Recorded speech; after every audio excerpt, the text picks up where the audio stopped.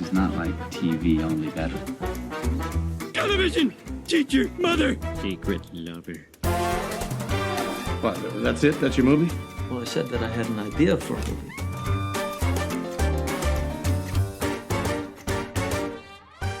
Hey cousin, you are listening to the Screen Watching Podcast. My name is Dan Barrett, joined by Simon Foster. Each week we get onto this here podcast. We talk about the movies. We talk about the TV shows. We talk about inane anecdotes of years gone by that no one really cares about. And sometimes, yes folks, sometimes we talk about the weather. This week on the podcast, we've got some big titles. Big-ish. There's a strike on. There's not that much to talk about.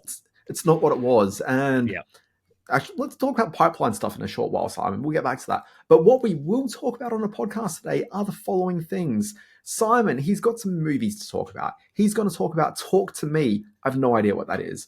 He's going to talk about the movie Sisu. I know exactly what that is. And folks, you are in for a motherfucking great time with that one. Sorry, I just got an explicit tag, didn't I?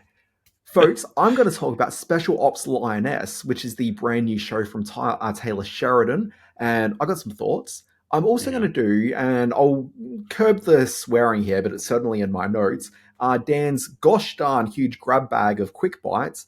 I'm going to talk about the new Minx TV series, well, the returning season of, which we talked about last year, so I don't want to deep dive into it. Futurama, which everybody's seen before, and I'm going to give like a top level thought about the new season that's debuted after a return of like 7 or 8 years or something crazy. Also, I'm going to talk very briefly about a documentary you can't watch here in Australia. It's called Glitch, The Rise and Fall of HQ Trivia. I've got some Oppenheimer thoughts. I've got some Shin Kamen Rider thoughts. I've got some very strong thoughts about... we'll get to that in a bit. Folks, this is Screen Watching. Simon, I just remember we do the opening titles at the beginning now and we don't go into that. So I've structured this poorly and let's go into a casual conversation. Simon, how are you? 130 episodes of the Screen Watching Podcast, and we're still trying to figure out how to do the opening. Hello, everyone. Good to talk to you. Good to talk to... Yeah, and on top of all of that, I'll be looking at a little doco-series called Superpowered. I thought you'd be all over this. This is the DC Comics story, and I've discovered a cute thing on Netflix called Feel Good, which I'll be chatting about later on in the show. It is, I mean, for a show that is struggling to find things to watch on screens, we've done a lot of screen watching. So I do this daily newsletter. It's called Always Be Watching. Subscribe to Fine publication. Yep, absolutely. It's pretty good. So I do this thing, and I was looking at the oncoming strike, and I was looking at release schedules and shows being bumped backwards, movies being bumped backwards in the schedules as well. Yes. Tennis threesome movie with Zendaya that I can't remember the name of. Challenges. That looked really good. I was super into seeing that. Delayed till next year sometime now. Frustrating. The other Zendaya film, Dune, strongly rumored we're going to see that punted back. It'll be moved. Well. It'll absolutely be moved. And here on local soil, it's impacted the local industry with the new Eric Bana film, The Dry 2, pulling all of its August 24 release dates because Eric can't do in-person appearances and Q&As and that sort of thing because he's a member of SAG-AFTRA. So it's impacted the local industry in that regard as well. And also, come on. It's either dry or it's not dry. You can't have the dry too. Like, come on. The drier. The driest. Yeah. But yeah, so I was looking at this oncoming strike action. I thought, I put out this daily newsletter. I don't think I'm going to be doing a daily newsletter for much longer. But since I was having those like deep existential thoughts, I've had more to write about than maybe ever. It's been a busy time. Well, yes. I mean, it may take your newsletter off into a whole lot of different directions with the industry sort of going through this kind of impact and this kind of change in the months ahead. Well, that's kind of it because it's not to put it out, people. Yeah, it's not just strike change, but like there's just other like the strikes are symptomatic of other changes happening within the industry, and it feels as though with the strike, because you can only talk about the strikes so many days in a row without just being the same story. Okay, like nothing's really changing in that space outside of, they haven't come to the table again today, and that's kind of it. But there's all these other aspects which are kind of all like congealing at the same time, which is super exciting.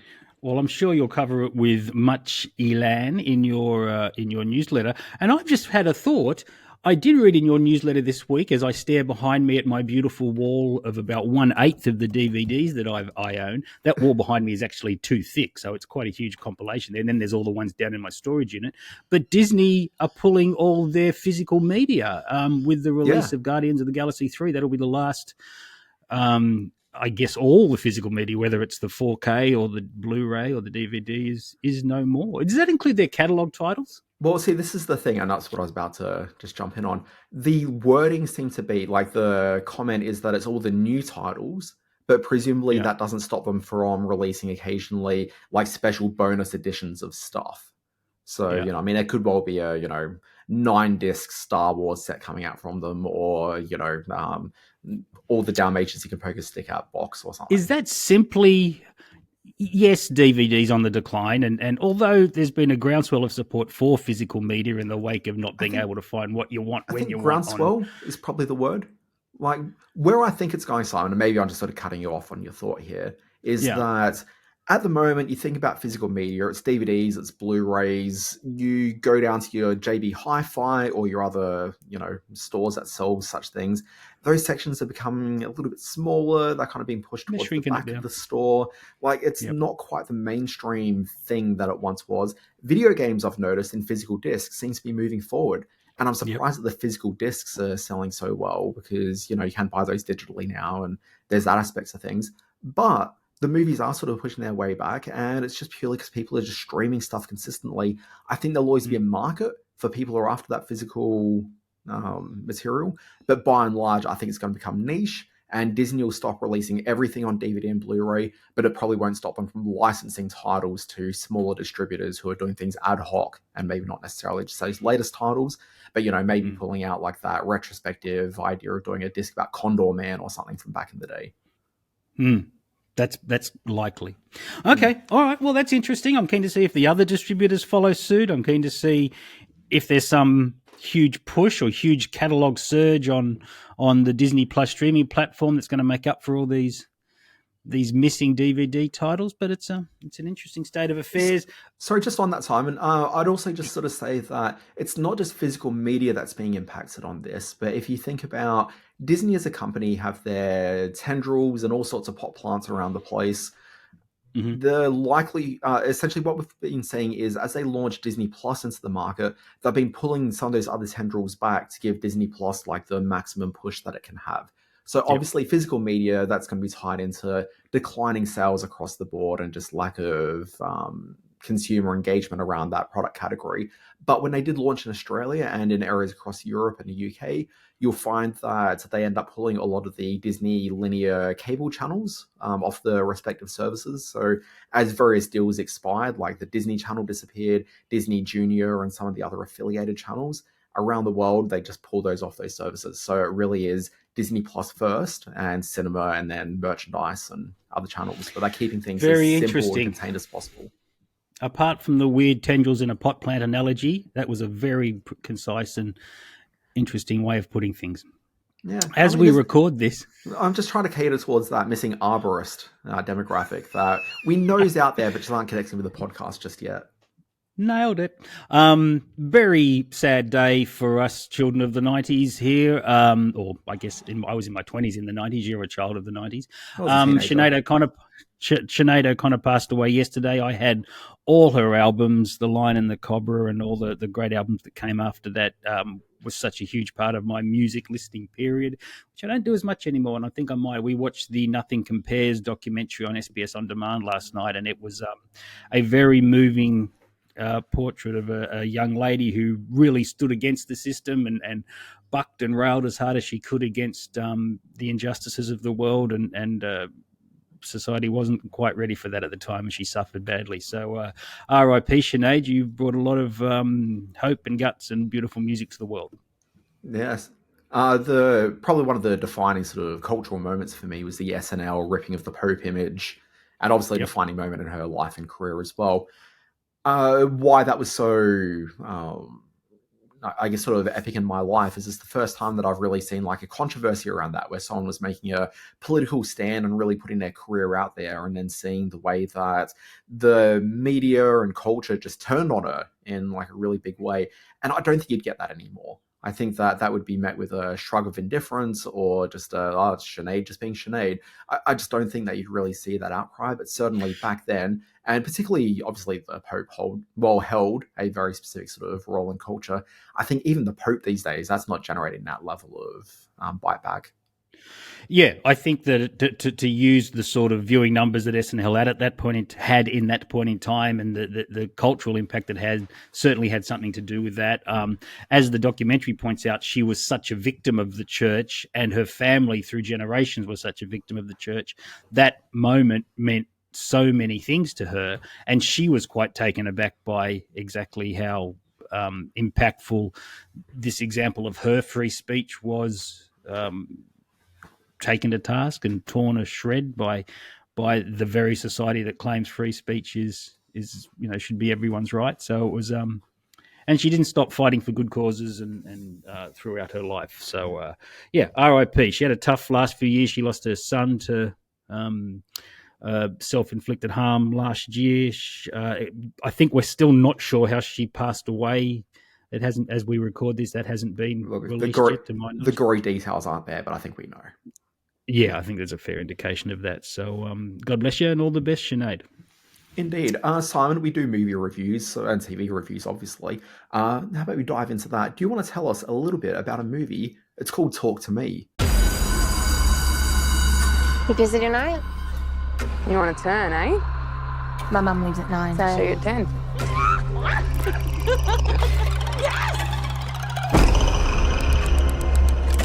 So where'd you get it from anyway? Apparently it was the hand of someone that could connect with the dead. I heard it was the hand of a Satanist.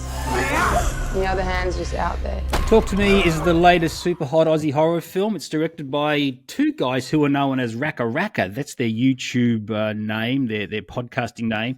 It's actually two brothers, Danny and Michael Philippou, and they've created this extraordinarily cinematic sort of horror film, the likes of which you don't expect from a couple of YouTube brothers out of Adelaide to conjure. But I haven't seen Raka Raka's work online, but by all accounts, it's very well made sort of horror shorts, and they've taken all that skill and put it in the service of a very cool teen horror movie.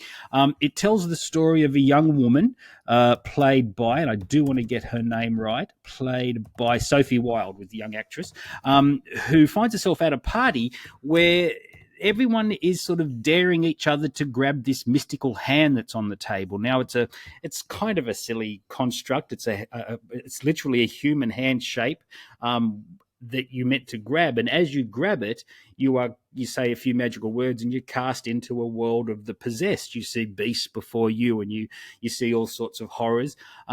You trust your friends to pull you out of that after 60 seconds, but things start to get more and more dangerous and more lengthened in the time they decide to be possessed. And very soon a Freddy Krueger-like menace is surrounding the kids of the suburb.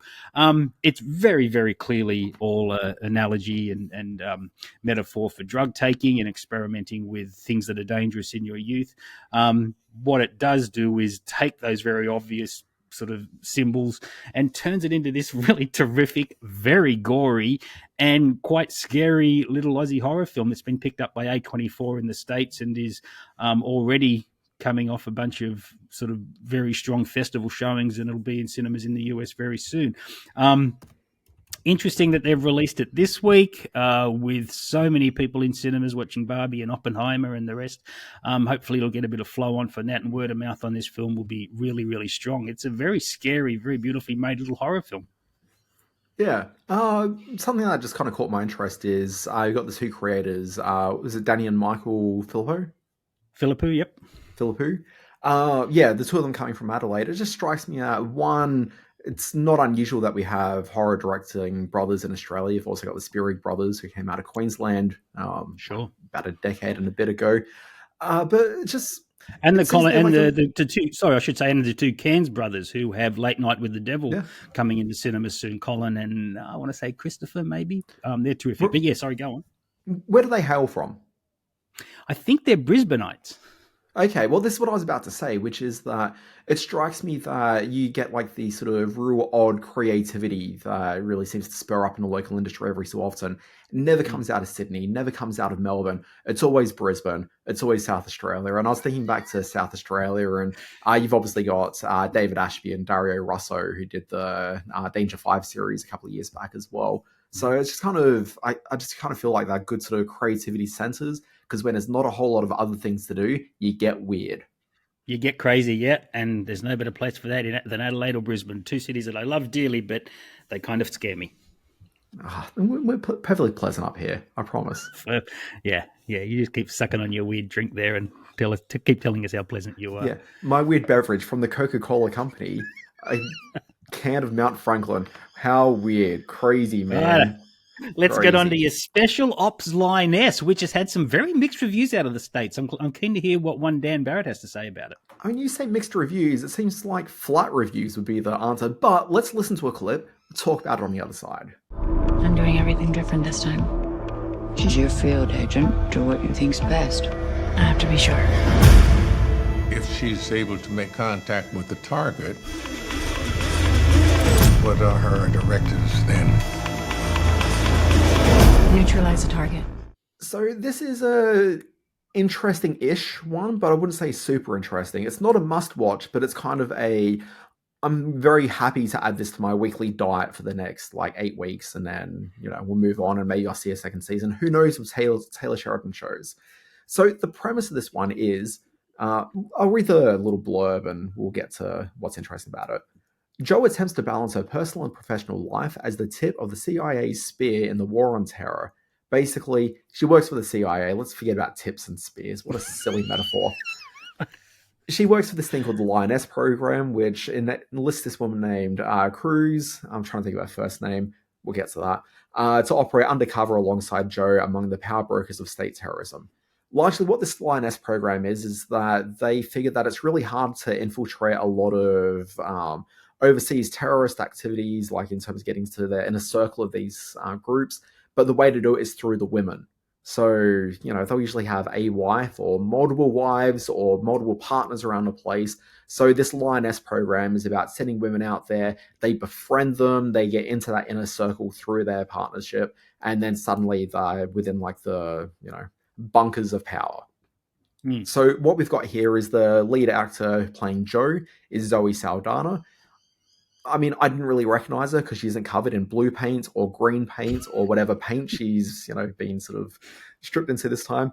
And then you've also got Crew Manolis, and she's a bit of a street-level badass. She used to be a stripper, but she decided that wasn't really a noble life. So she was working for a hamburger chain, as we see her at the very beginning of the show, gets into a fight with her boyfriend who's abusing her in just all sorts of ways. He's got some drug connections, and so he ends up they have a bit of a showdown at the very beginning of the show. She smacks him across the face with I think it was an iron or something. It was something big of metal. I can't remember what it was, but anyway, she starts running through the suburbs. He chases after her. She ends up just running into a shop front, just trying to find somewhere to hide. He comes flying in straight afterwards, ready to start wailing on her, and then suddenly gets stopped by the fact that it wasn't a regular shop she's gone into. It was a military enlisting place that, they have in the US. You don't really get that in Australia.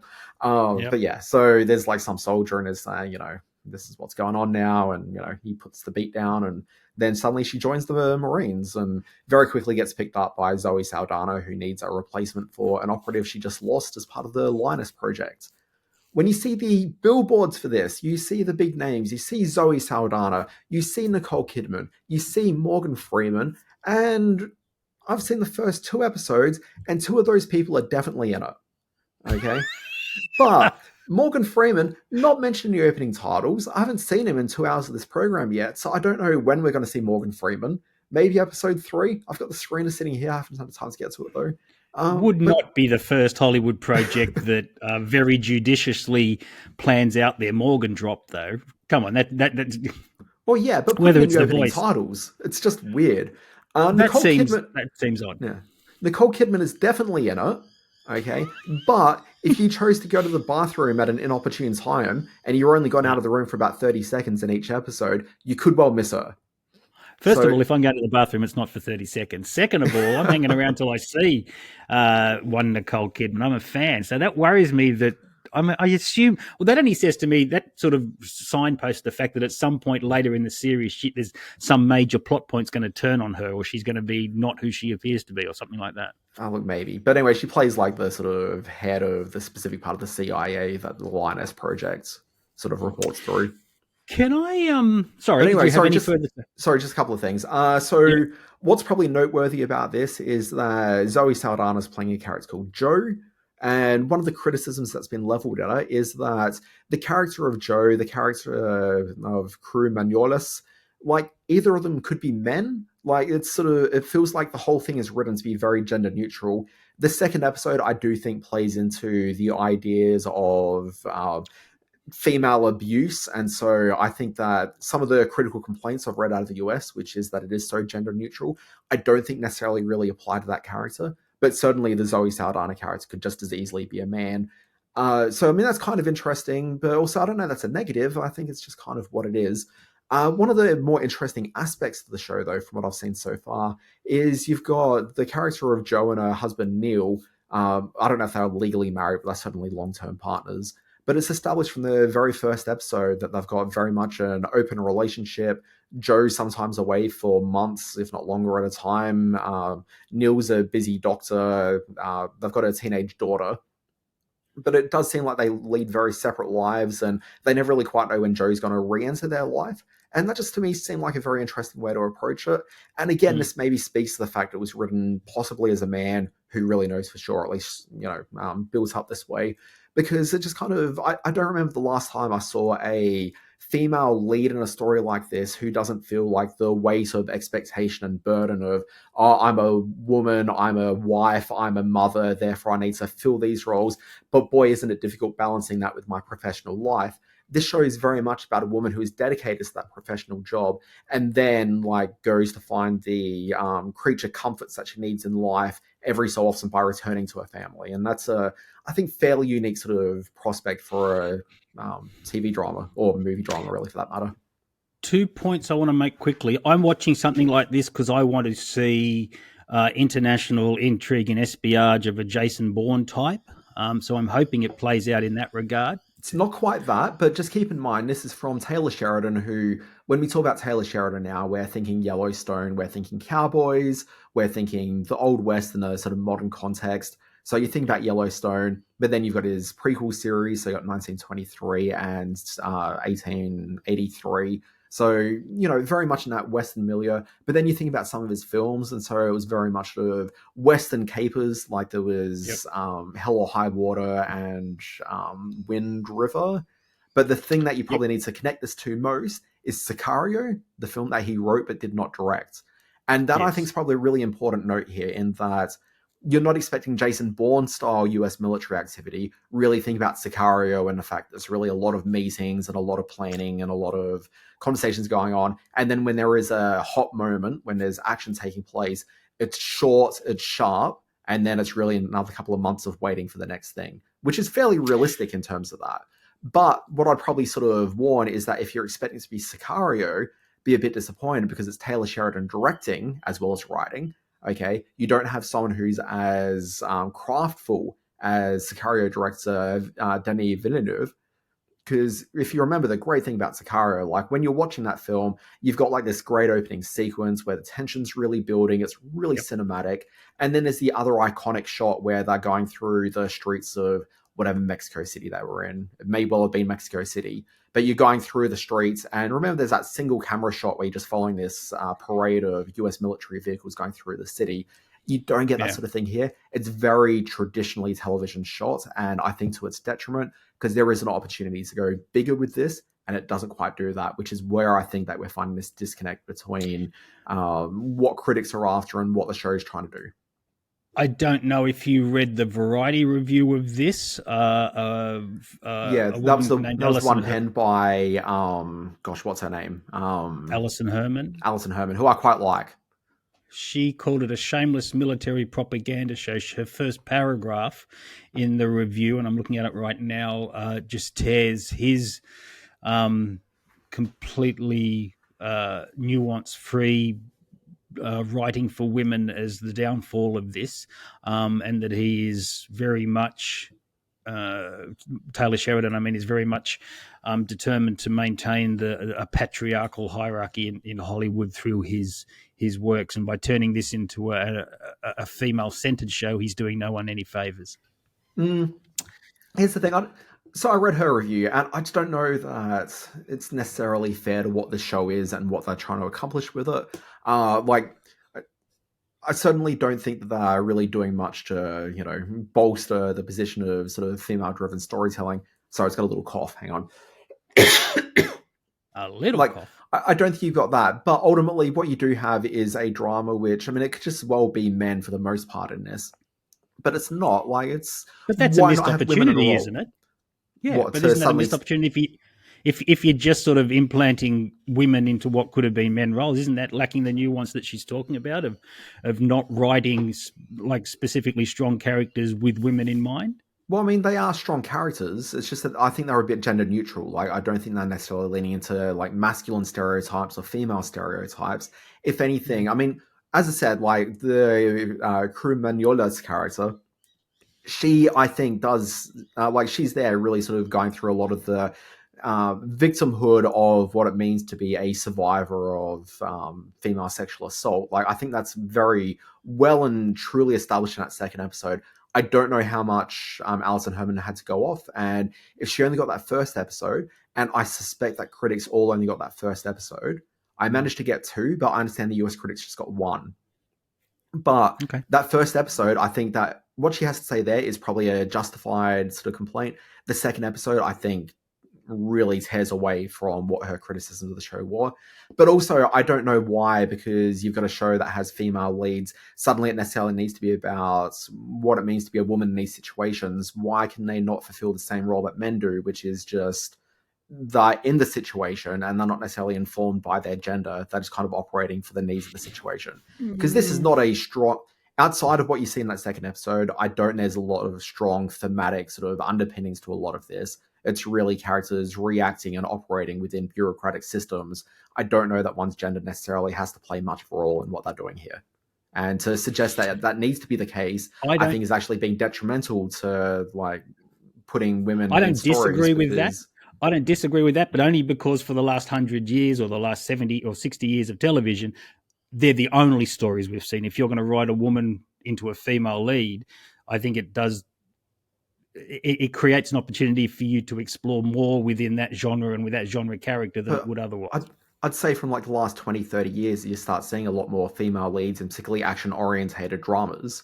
In fact, I'd say it's probably more the standard to find a woman leading these sorts of things than a man these days. I think definitely, especially in the last 5 to 10 years, but certainly going back, you started seeing a lot more.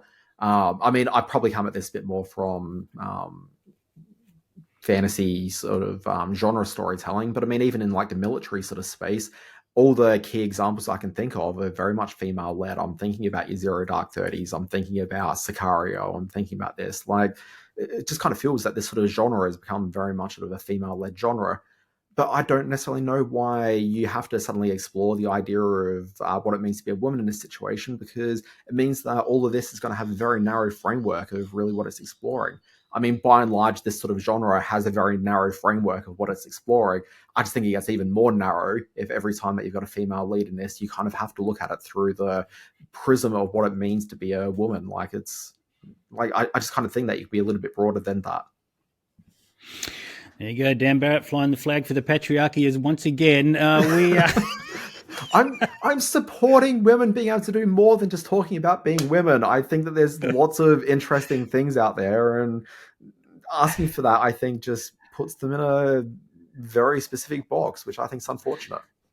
It's called Lioness down at the shops. What's it called? Shops? It's called Special Ops Lioness. Terrible name. I thought it was... Why not just call it Lioness?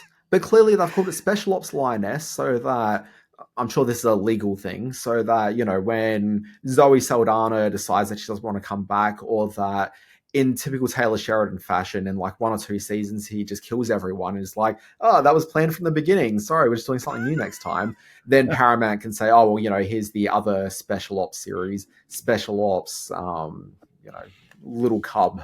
There we go, branded right there. All right, let's head to Scandinavia where the patriarchy still rules. You go there, brothers, and have a look at a film called Sisu. He was a Finnish commando. He lost his home and his family in the war. He became a one-man death squad. Sisu, Simon, is this review going to be anywhere near as violent as this movie? You know what? I'm a little bit surprised at my reaction to this because I was very hyped up to see this movie. It tells the story of a former Norwegian, I guess you could call him like a special ops person in the theme of the show, and someone who has the legend of being an unkillable military force. He's retired. We open on him digging in World War II. Let's put in World War II, yes. Yep. Yeah, this is all set in 1944, so towards the end of World War II.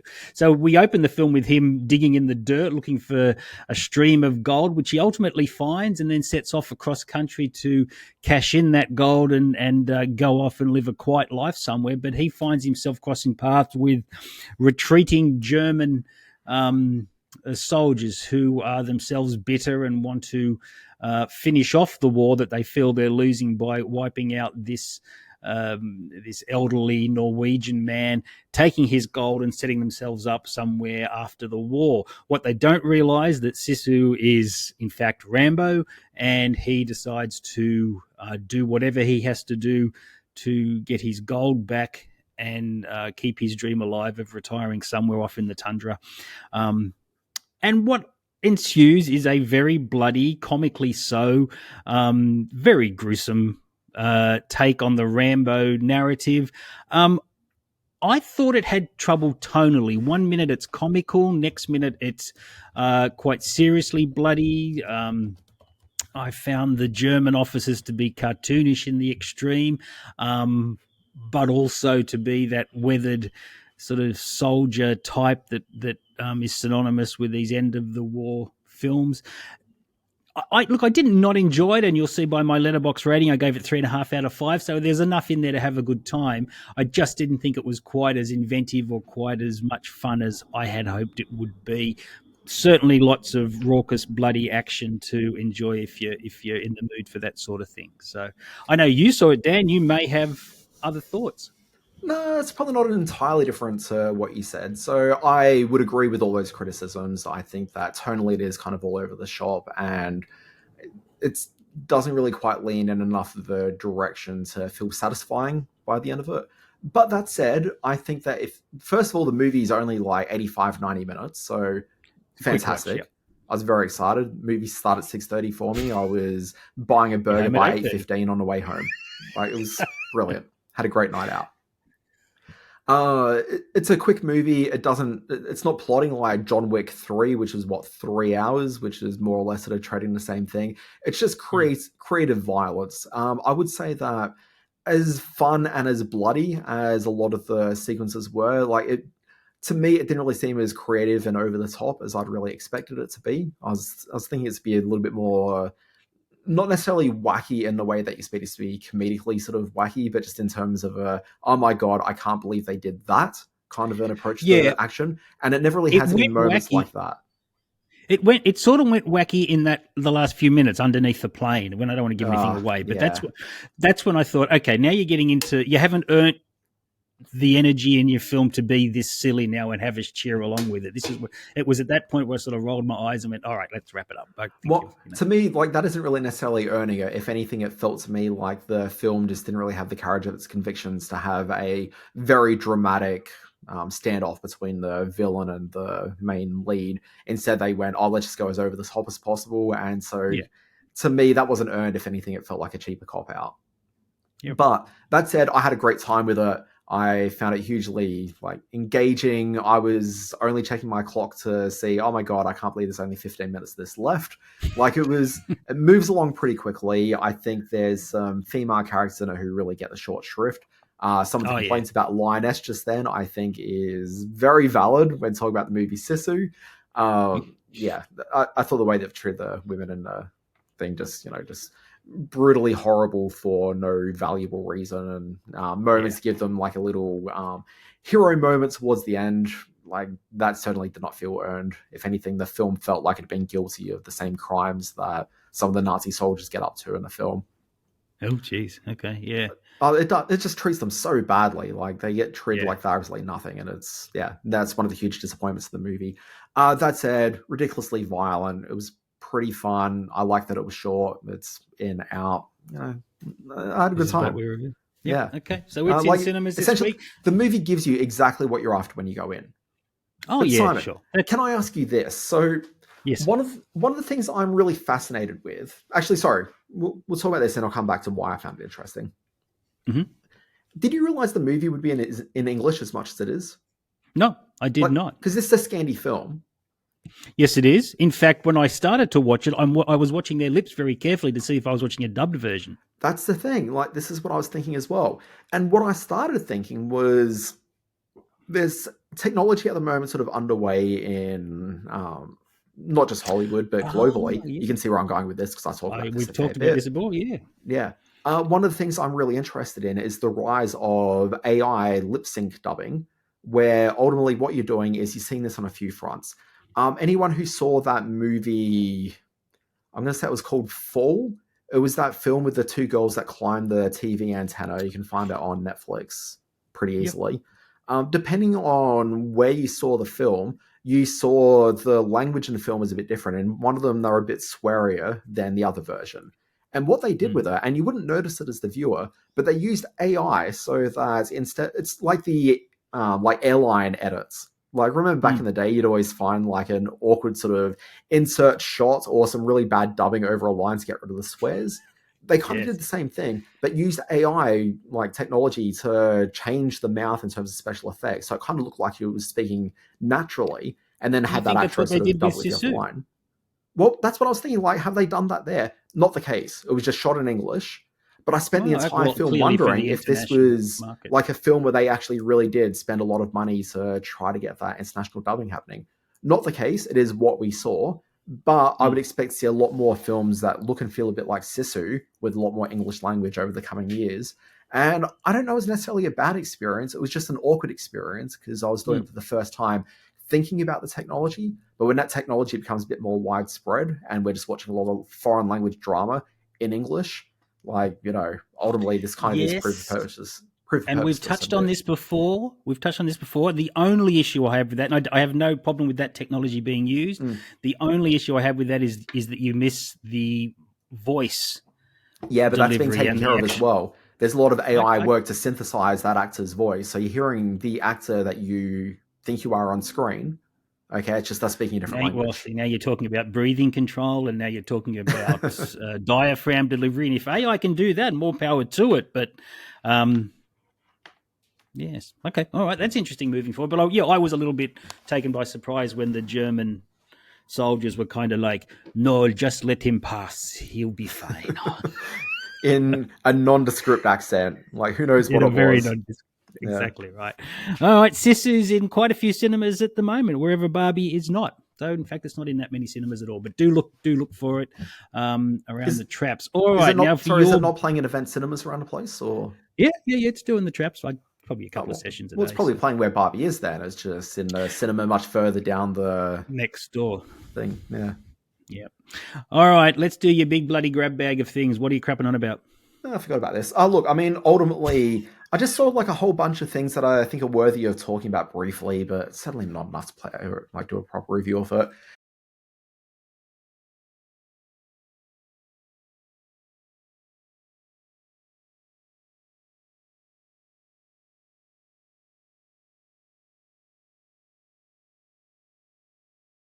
Futurama came back. It's been about a decade since we last saw a season of this show. This is a thing that started out. Worried. Okay, is this IP regurgitation? So here's the thing. Did 4 seasons on Fox back in about 1999 to 2000, thereabouts. Yeah.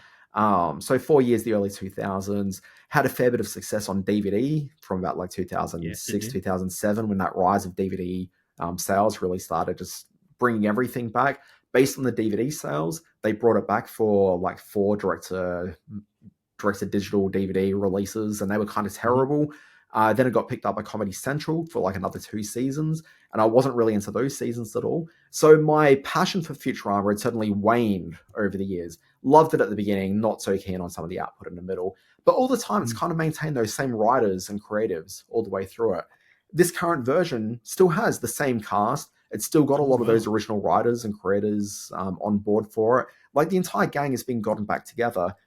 I watched the first episode. It's been brought back by Hulu. And so the first episode is very much playing into that. It's playing into the idea of what binge watching is 1,000 years from now.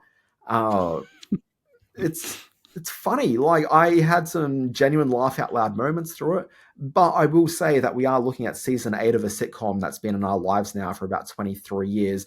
We kind of know what it's doing. It's kind of like watching a Simpsons episode. Like, nothing's out of the expected. Like, it is just continuing the program. So if you're just after Futurama, like, this delivers. Like, it's exactly the thing. But I did notice a few critics have maybe looked at Futurama through a different lens than what the show actually was. So I noticed a critic for IndieWire, I want to say, complaining that the show used to have all these really heartfelt moments, but and especially in a sort of day and age where there's shows like The Bear around, where it shows that really lean into like those sort of more to learn, like deeply emotional moments while also playing around in the comedy space, that why is Futurama not doing that anymore? And I'm like, well, it's only a couple of episodes into the season, and Futurama used to do that maybe once a season back in the day. So, like, what exactly are you after from this show? You kind of want it to be something that it's not.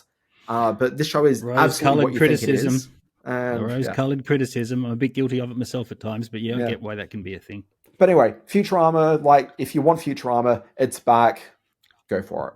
All I've been reading is, just very briefly, all I've been reading about the Futurama reboot is that the Ant-Man who voices Bender was in terrible pay disputes with the producers and the distributors at the channel, and he decided to come back without any pay. But now he's saying, well, these are all the things that the SAG and Writers Guild people are fighting about now. So he was kind of ahead of his time. Yeah, back in the day, and still really to this day, people who are just voice actors generally didn't really get paid very well, unless you're working on The Simpsons. You just haven't been able to. Well, they went through their own horrible moment that almost closed down The Simpsons too. Absolutely. Their way. I mean, Simpsons is never going to get shut down, but they were actually really close to just replacing the entire voice cast of The Simpsons there one season until they came up with a deal.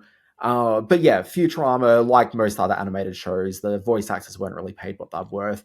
And particularly something like Futurama, which has made so much money in merchandise and DVD sales. And look, it's been cancelled like 3 times now, and it keeps on coming back because there's obviously demand for it. John DiMaggio's like, look, I just want to be paid what I think I'm probably worth at this situation. He's the fan favorite character in the program. Like, he is the heart and soul of that program. So he held out saying, look, I want to be paid more money. And they said no. And eventually it just sort of seemed as though they were never going to budge on that. They were just going to recast him and get on and going. If they had done that, I think that the fans would have definitely turned on this in a really serious way. Bender really is like just like that character. He's the Katie thing that people are Sagal setting back? up for. What's that? Katie Sagal's back? Everyone's back. They're all good? Okay, that's cool. Everyone's there. Okay. But yeah, John DiMaggio, he caved. He came back. But essentially what he said is right, which is that actors are looking at the amount of money being made around the place. And they're just like, if you've got executives who are being paid, a couple of $100 million each year, then why aren't we being paid a living wage? The head of Netflix got a 31% pay increase from 2022 to 2023, millions and millions of dollars. So it's kind of hard to put that on the table and then tell the writers and the actors, we're not going to give that any of that to you. So look, there's an argument going around at the moment, which is that you look at some of that executive pay, but then you also look at the pay of some of the biggest stars in Hollywood who are also commanding large checks.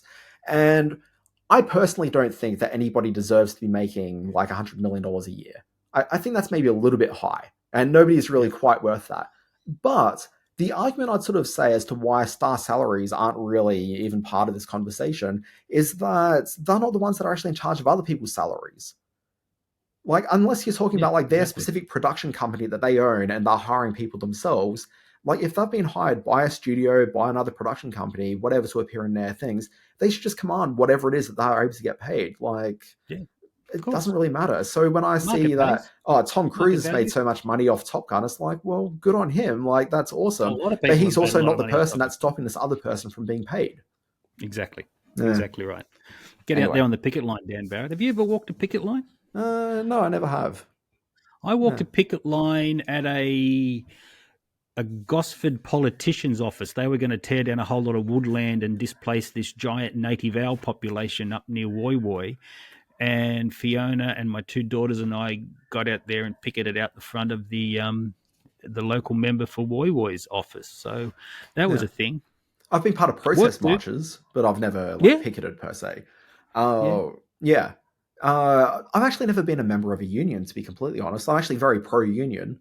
But I guess I started out as a kid sort of where I was working retail jobs, and I never really thought the retail union really protected their staff particularly very well. So it was kind of a bit of a stand of not joining that union. And then outside of that, I don't know that I've had jobs that have really been actually protected by unions. No. To a certain degree. Write my own job description. And actually, I might have been a member of the public service union, possibly. Anyway, not really sure. And then there was all those pro-gun things that you were involved with for a while too. Oh yeah, but they're not really unions as much as just supporting people's right to defend themselves, Simon. Yeah, exactly.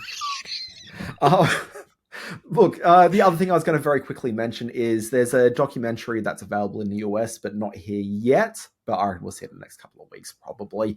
It's called Glitch, The Rise and Fall of HQ Trivia. This is a documentary that is looking back at HQ Trivia, if you remember that app from a couple of years ago. Very much. It was our thing to do on the trip down from the coast when we lived up there. We used to play HQ Trivia. You used to sort of get your phone ready and play it, and that funny guy out the front. I watched this doco, and it was amazing to hear and very sad to hear of how everything sort of crumbled.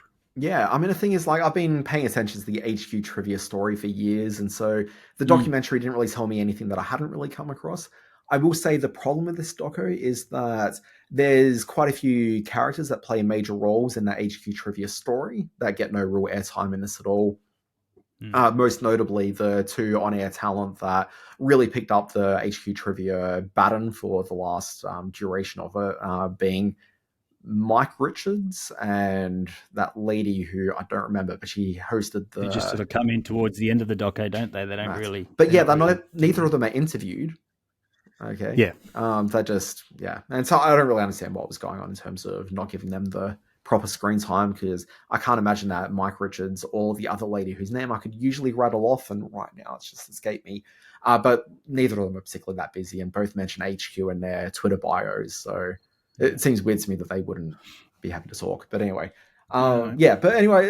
it's perfectly fine if you really want to watch a doco that for like 100 minutes, it's just playing that HQ music trivia like in the background every so often.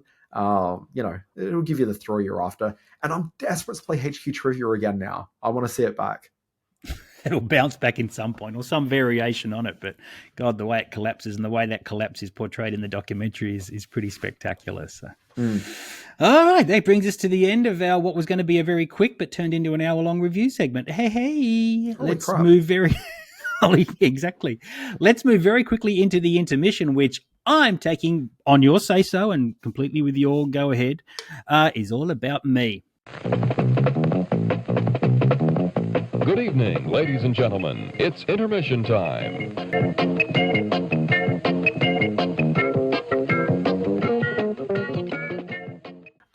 Simon, as one of his 35 day jobs, is running the... what's the actual name? Is the Sydney Science Fiction Festival? Well, it has always been the Sydney Science Fiction Film Festival, but as we move out across the country and we now have legs in Brisbane and a week later in Melbourne, I'm calling it the 2023 Science Fiction Film Festival stroke Sydney, Brisbane, Melbourne. Okay. It sounds catchy.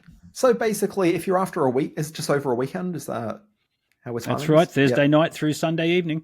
Yeah, and so what Simon's scheduling is, and what he has scheduled the last couple of years, is a range of very unusual sci-fi movies, usually sort of small indies from around the world that he has curated. Simon, when we're not doing this podcast, he'll tell me about what he's been watching during the week and the number of films he's watching through to be able to curate this properly. Like, he's putting in the work.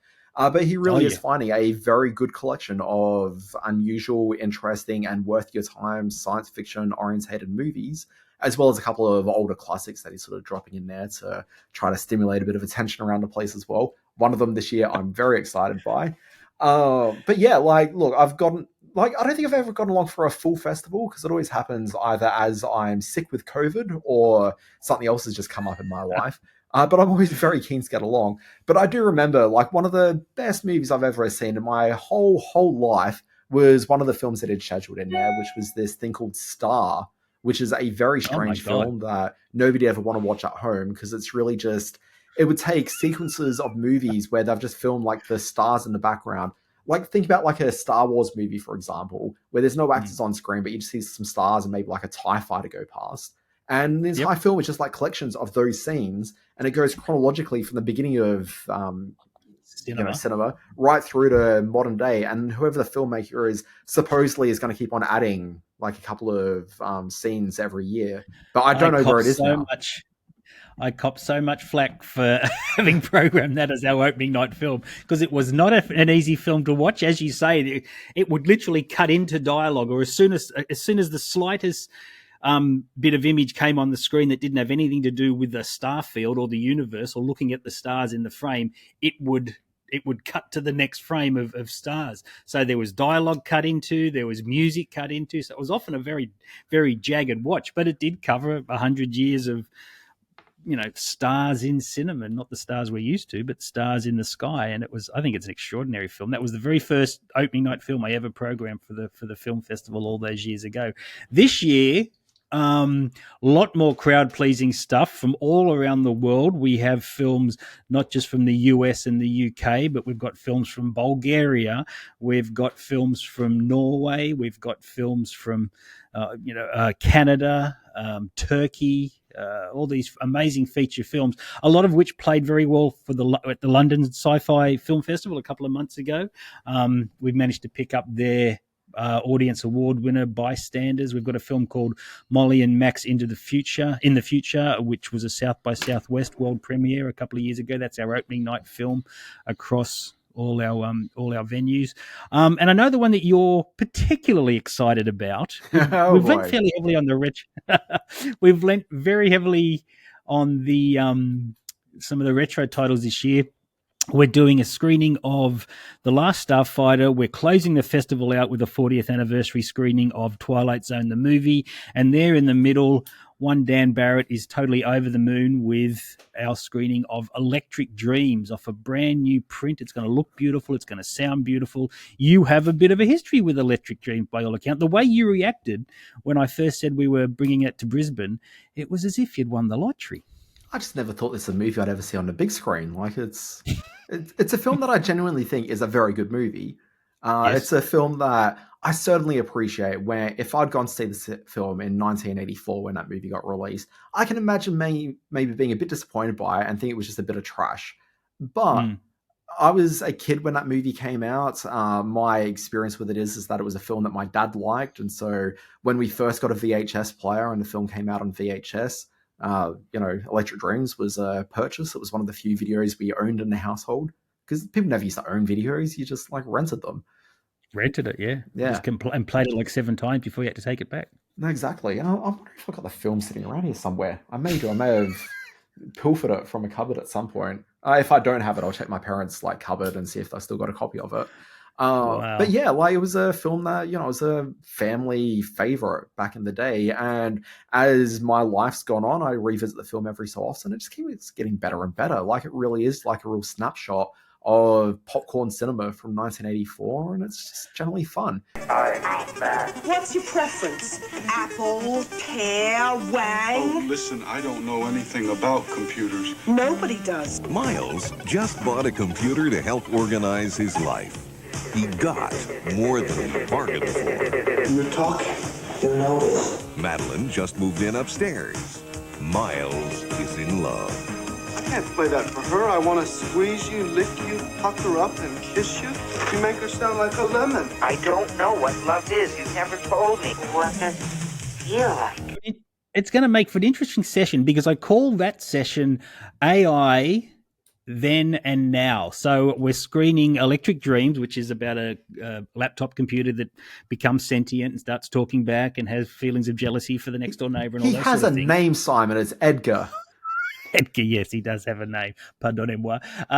But before that, we're showing a 12-minute short film called Algo Dreams. Now, this is from a Western Australian professor called Vladimir Todorovic.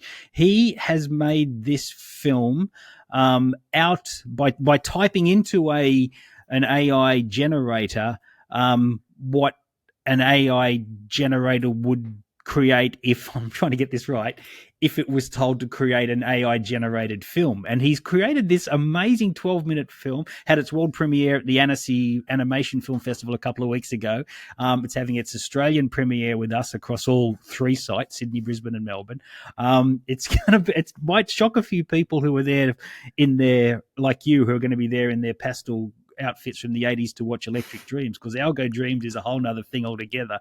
But it's a fascinating sort of time capsule of where we are right now with what AI is doing in cinema and where we were all those years ago. On August 17, we're having an online panel called AI at the Movies, where I've got 2 filmmakers, including Vlad, and another filmmaker from Sydney, and a young lady coming in from London who heads up an advisory board on artificial intelligence, and those 4 will all be sort of riffing on what AI is doing to the entertainment sector and all the technical and ethical conundrums it's posing. So I'll be promoting that going forward. So there's a lot of things going on at the festival this year. Yeah, so if people want to get along to it, what are the dates for the festival this year, Simon? So Sydney at the Macquarie Centre Shopping multiplex, and in Brisbane at the Brisbane City MC Event Cinema. That's from August 24 to 27 in both cities. And then a week later, we'll be in Melbourne, August 31 through to the Sunday night again, which is September 3 at Cinema Nova. All the ticketing websites are up and running now, so you can get your tickets. You can buy bulk packs of sessions as well, so bring the cost of tickets down. And like I say, there's some incredible stuff in the program there that's come our way this year. I'm actually really excited and proud of the lineup. So do get along. Sydney Science Fiction Film Festival.com.au will tell you all about it, and all our socials, of course. But yeah, check the notes for the podcast as well. The URL will be in there. And check out the Always Be Watching newsletter on Monday, because I'll have a little bit of a rap about it in there also. Oh, God, you're a gentleman. I knew paying you all that money would sort of come in good later on. Yeah, and also the Brisbane one, because Simon just said MC Cinema, that's obviously the Maya Centre. The Maya Centre, yes, for all you local people. Although, how exciting. I think that this weekend is the last days of trade for Maya in that Maya Centre. So I don't know what they're going to call it going forward, because there's certainly no Maya in there. Oh, that'll be good. They didn't tell me that when I booked the site, so there'll actually be no foot traffic. I'm hoping for some foot traffic up there, but there'll be no foot traffic. No, Simon, there's no foot traffic in that cinema. That's why they're closing Myers. Actually, it's a rental dispute, but anyway. Oh, is it really? Yeah. The theory I heard, sorry, this is only of interest to people in Brisbane, and Simon tried to feign interest. The theory I heard the other day, because Maya have said that they're not leaving Brisbane, they're going to find other real estate. I've been trying to work out where on earth would they end up taking over some space. But very soon in Brisbane, we're going to have a brand new casino open, which means that the previous casino is going to move out of the fairly, gorgeous old, building that it's in right now, which is just a few meters away from where the current Maya store is. So I reckon they're going to move in there. I heard that theory the other day, and I think it's spot on. That's exactly where they're going to go. Spot on. There you go. Brisbane listeners, you're welcome. Dan Barrett, what else have you been watching? Look, super quickly, because boy, is this podcast spiraled out of control. I saw Oppenheimer, went for 3 hours, almost as long as this episode of the podcast. Pretty good. Things I was surprised by is how episodic it was. Yes, they kind of had some flash forward elements in the first hour, but it felt very much that first hour, what Oppenheimer got up to before the Manhattan Project, second hour, Manhattan Project, and third hour, what happened afterwards. And it felt like every segment of that was exactly an hour long. If they were going to split that into a 3-part HBO, miniseries, they could cut that thing pretty easily. That was surprising. I was a bit surprised to see that star of the moment, Pugh. Florence Pugh. Yeah, Florence Pugh. That she was in it for as little as she is. Like, she's not actually in it for that much, which surprised me. But boy, is she noticeable. So you see a lot of her. Yeah. Oh boy, is she. She really goes out in that film. Everyone's good. The one challenge I had with it, though, is that the entire cast is made up of character actors you've seen for years, or actors who were just on the cusp of making it that never really quite did about 20 years ago, but are now like firmly in middle age, and so kind of present themselves slightly different. So I spent the entire movie going, who is that guy? It's Jason Clarke.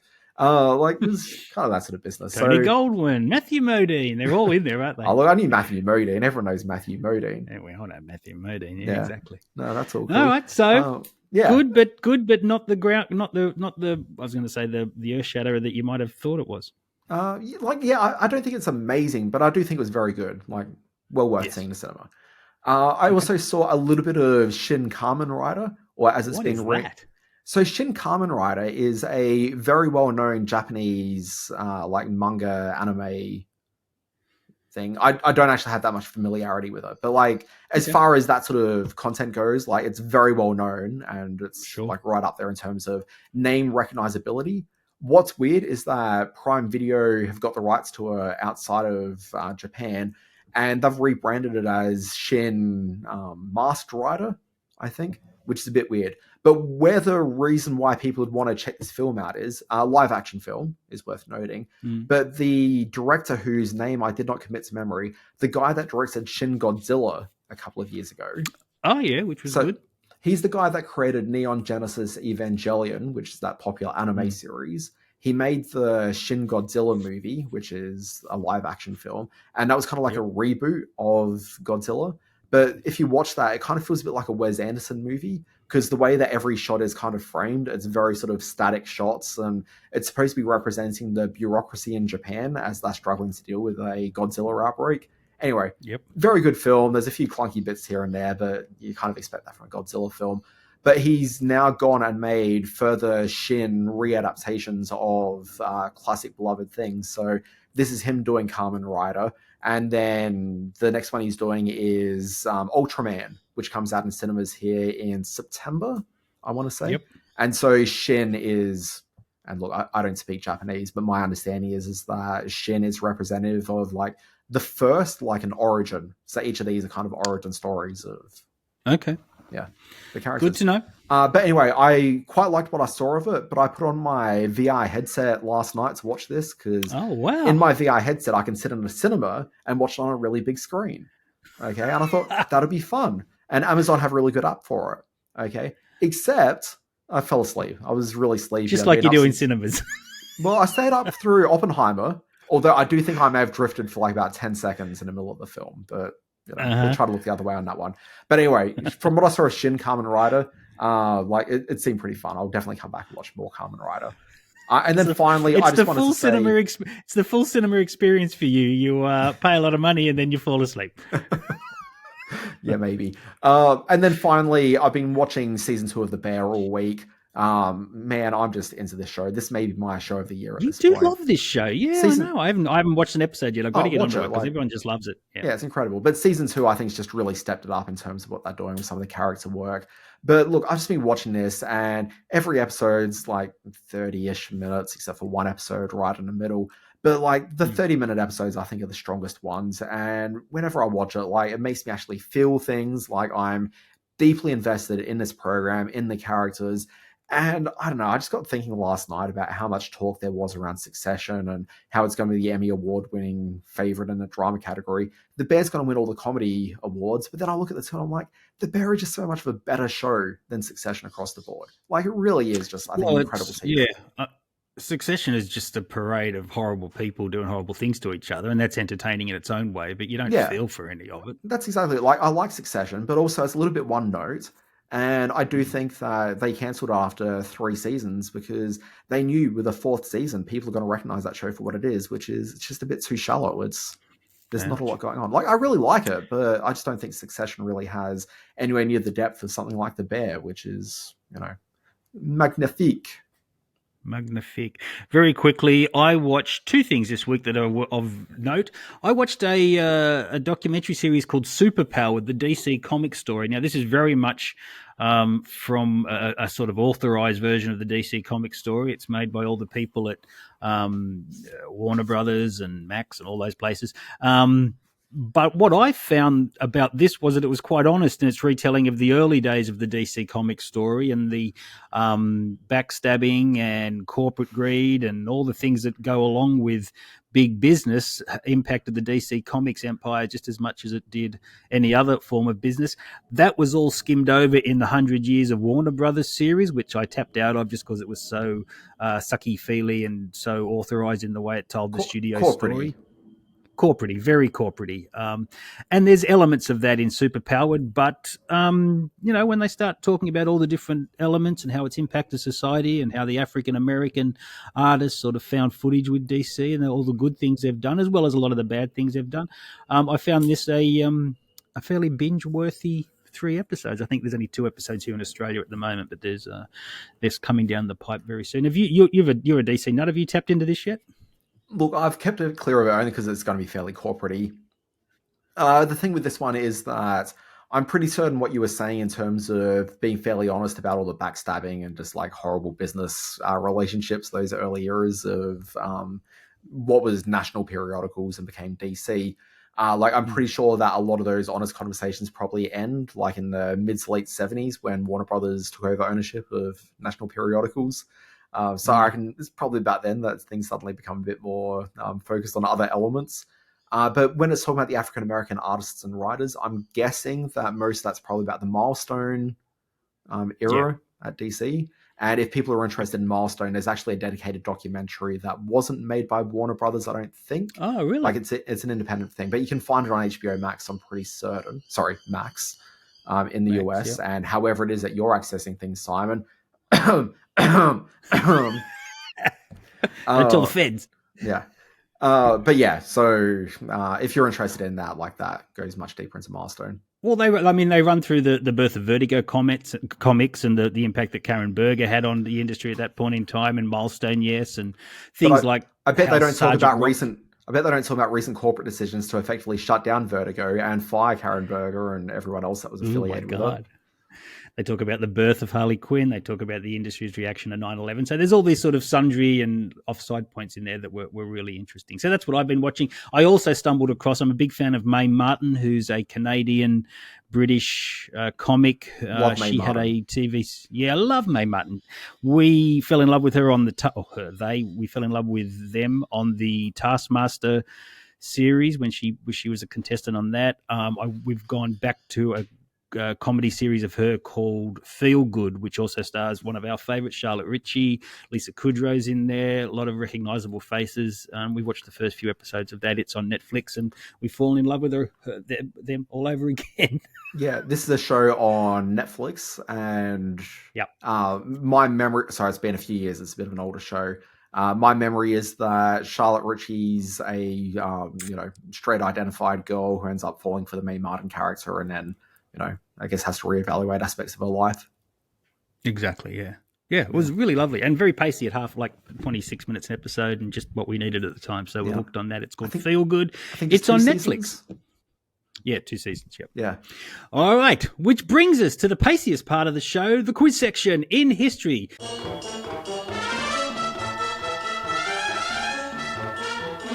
Dan Barrett, July 30, 2006. After 42 years...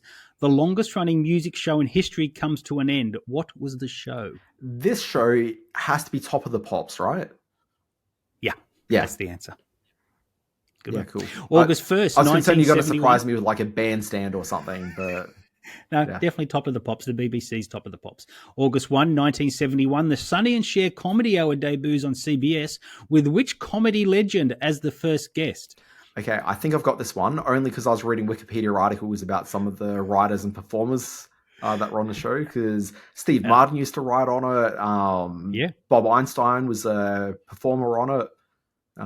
Bunch of interesting people. But I believe the first episode is Jimmy Durante. It is Jimmy Durante. Yeah. Everybody wants to get into the act. Look it up, kids. He was a classic. I only know and it then by name. August 3, 2001, Anne Hathaway makes her big screen debut. That surprised me. 2001. She feels like she's been around forever. In which surprise hit for Disney? Now, I actually saw this for the first time about a month ago. This is The Princess Diaries. Oh, Dan's got a daughter. He's catching up on all the Disney films. It's too old for her. You just sat down and decided to watch it? No, my wife just flicking through the Disney Plus catalog, and there it was. My wife loaded it up for some reason, and she's watching it one night. I haven't seen all of it. I saw the first maybe 20, 30 minutes. I prefer Ella Enchanted. She was so sweet and funny in that. That's a great film. But sure. 2001, her big screen debut. She'd only had one TV credit prior to that, according to IMDb, and then she has a hit movie for Disney. Well done, Anne. It's been a meteoric rise. All right, birthday time. Drop in the clip. Do we still drop in the clip? Haven't recently, but you know. Okay, I thought not. I've been trying to overhaul the clips, but yeah, sorry, go on. Fair enough. No, not happy birthday. No, not that. Please, no, not happy birthday. All right, now what do all these four have in? Well, five really have in common. July 30, 1947, Arnold Schwarzenegger. July 30, 1963, Lisa Kudrow. July 30, 1974, Hilary Swank. And then you got to jump ahead to August 4, 1992, the Sprouse brothers, Cole and Dylan. What could all those possibly have in common in a kind of roundabout way this week? Okay, so I had a theory which bore out to be pretty true. And I had to back this up by working out exactly what the relationship was between Cole and Dylan Sprouse. I knew they were brothers, but were they twins is what I had to find out. And yes, they were, because I believe that the common thread here is twins. Because Arnold Schwarzenegger, obviously his best movie is the film Twins with one Danny DeVito. Okay, Lisa Kudrow, and I think this is where you were coming from with this one. Lisa Kudrow, her character of Phoebe on Friends, as well as the character of Ursula from Mad About You, were twins. Absolutely right, yep. Hilary Swank, I know that maybe 3 or 4 years ago, at the age of, I'm going to say 48, 49, thereabouts, ended up giving birth to two twins. Well, I only thought it was earlier this year, April. Oh, maybe it was earlier this year. Twins. Maybe my timeline's wrong. But yeah, I do remember her. There was a lot of discussion saying she gave birth at the age of 48. That's right. Yeah. Gave birth to twins, a boy and a girl, in April 2023. Yeah, but I do remember it was twins. And then, obviously Cole and Dylan Sprouse. They played twins and are twins on The Sweet Life of Zack and Cody, and then refused to sign big Disney contracts, and both went off to college, and now they're back doing acting again. So good for them. Yeah, there you go. They're all twins. I just know one of them was in that movie. I'm going to call it Moonshot, which was one of the early HBO Max original films, and one of the ones they pulled off the service. But it was okay. It was about two people going to Mars to live, or something like that, and falling in love on the journey there. And then I think that same one is also in Riverdale, playing Jughead Jones. Now, by my reckoning, it's still Friday when we started recording this, so let's wrap this up before Saturday rolls around. Okay. Spiels. My name is Dan Barrett. You can find me on Threads at the Dan Barrett. You can also find me on the social media platform X. Man. X? What's X? Seriously? Oh, that's Twitter now. Oh, okay, good. Yeah. I wondered what that was. Yeah.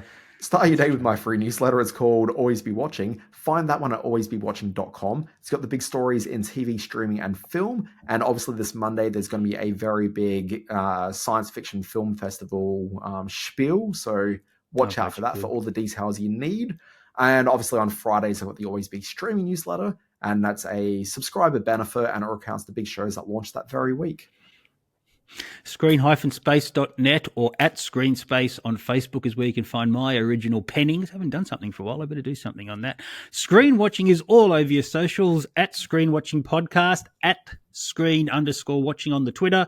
The Screen Watching YouTube channel is on YouTube, of course, and you can email us at screenwatchingpodcast@gmail.com with all your views and opinions of this show if you've gotten this far. Yeah, I'd prefer that people don't share their opinions, but that's just me. Folks, this has been Screen Watching. We'll be back next week as we discuss stuff. This thing's out. Maybe I'll have watched Shin Kamen Rider and tell you all about Kamen Rider.